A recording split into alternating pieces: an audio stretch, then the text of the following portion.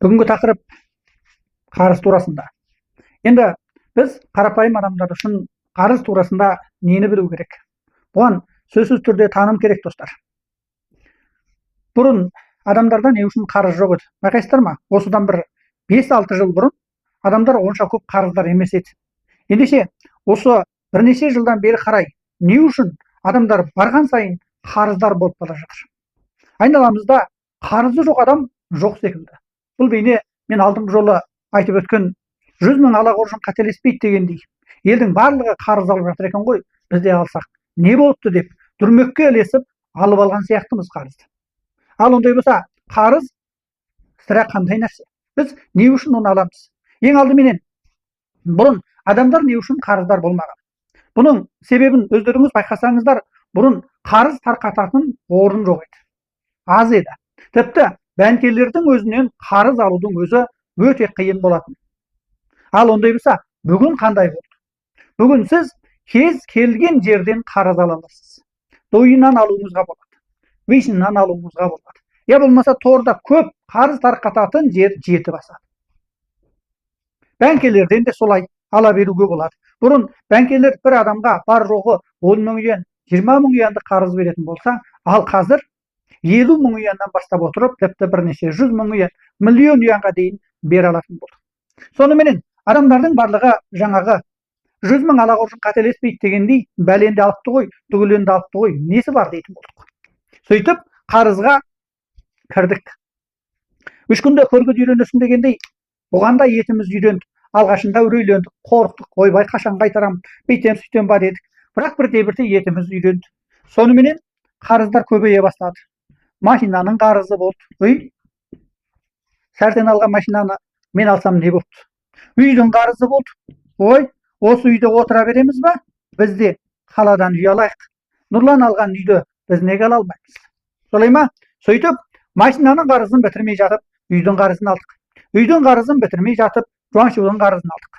Сөйтіп тағы өзімізді қайттық. Болашақтағы 10 неше жылдың ақшасын 1 жылдың ішінде істетіп тастадық. Енді біз соны жанталасып таба бастауға ұмтылыс жасаудамыз. Ал ондай болса, сонымен қатар ендіші, ой, жер айдайтын болдым, мал бағымшылығымен шұғылданатын болдым деп қарыз алдық. Ал соныменен оны алып алдық дағы. Оның мысалы 30 мың юан алған болсақ, осының көп болса бір 10-15 мың юанын жаңағы жер айдағанға істеттік. Ал қалған 15 мың юанын өзіміз де білмейміз қайда кеткенін. Әйтеу керекті дүние шықты. Сөйттіктегі тауыстық. Олай болса, адамдар қарызды қайтару үшін оған не керек? Ең алдыменен дұрыс болған бір таным керек, достар. Бұл өте маңызды.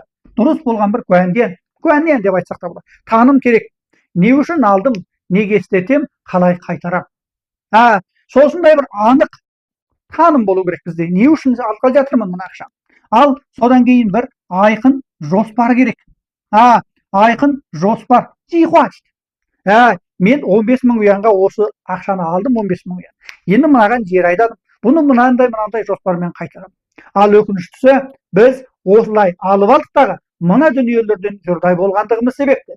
Және де маңыздысы, алдыңғы жол айтып өткен нәпсі. Юан дедік. Нәпсі құрғырды жеңе алмай қалдық. Яғни нәпсіміз үйімізді кеңейтуге, машинамызды үлкейтуге, жаңалатуға қарай жетеледі. Үйіміздің ішіне сөзсіз түрде қымбат дүние алуға қарай жетеледі. Жақсы телефон алуға жетеледі. Сөйттіктағы біз жоспардан көрі нәпсіні биік қойдық. Және өзіміздің осы нәпсінің ішіне қалай кіріп кеткендігімізді білмей алдық.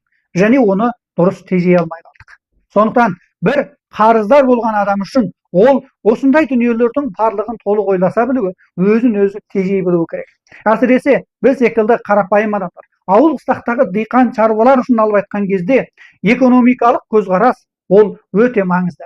Айтпегенде, біз бүгін жалғасты түрде қарыздың құйына бата береміз. Бұдан шығуымыз қиын, шыны керек. Сондықтан біз бұл жерде өзіміз тежеп алуымыз, дұрыс болған таным орнатып, жоспар арқылы жұмыс істеуіміз керек.